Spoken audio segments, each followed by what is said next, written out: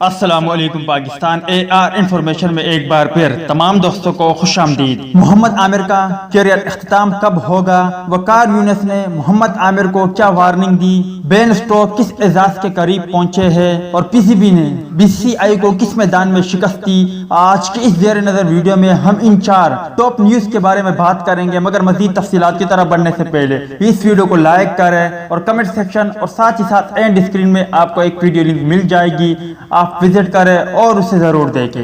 Pakistan cricket team کے مائی ناز fast bowler محمد عامر نے مزید 6 سال تک کرکٹ کیریئر جاری رکھنے کا عزم ظاہر کر دیا ہے۔ تفصیلات کے مطابق سابق کرکٹر عتیق الزماں کے ساتھ گفتگو میں انہوں نے کہا کہ آنے والے کھلاڑیوں سے کہوں گا کہ ایسی غلطی کبھی نہ کرے، پہلے 1 یا 2 فارمیٹ میں کھیلتے ہوئے اپنی جسمانی استعداد کو چیک کرے، ردم میں آ جائے، ہمت ہو تو پھر تیسرے فارمیٹ میں ایکشن میں نظر آئے، کیونکہ فاسٹ بولر کو زیادہ احتیاط کی ضرورت ہوتی ہے۔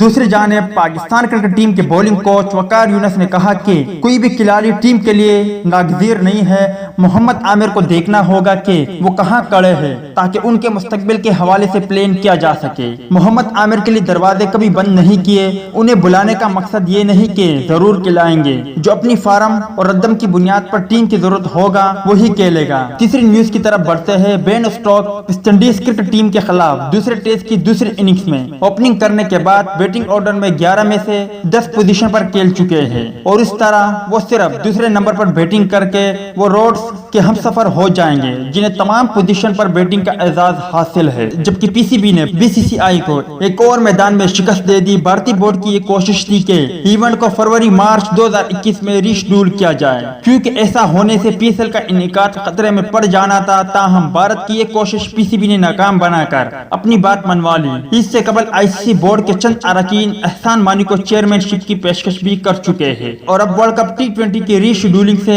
اس بات کو مزید تقویت ملی ہے کہ آئی سی سی میں پی سی بی کی ساکھ بہتر ہوئی ہے۔ تو دوستو یہ تھی کرکٹ کی دنیا کے 4 بہترین بڑے نیوز کے حوالے سے کچھ اپڈیٹ، امید کرتا آپ کو پسند آئی ہوگی۔ اس اپڈیٹ کے متعلق اپنی رائے کا اظہار کمنٹس باکس میں ضرور دیں۔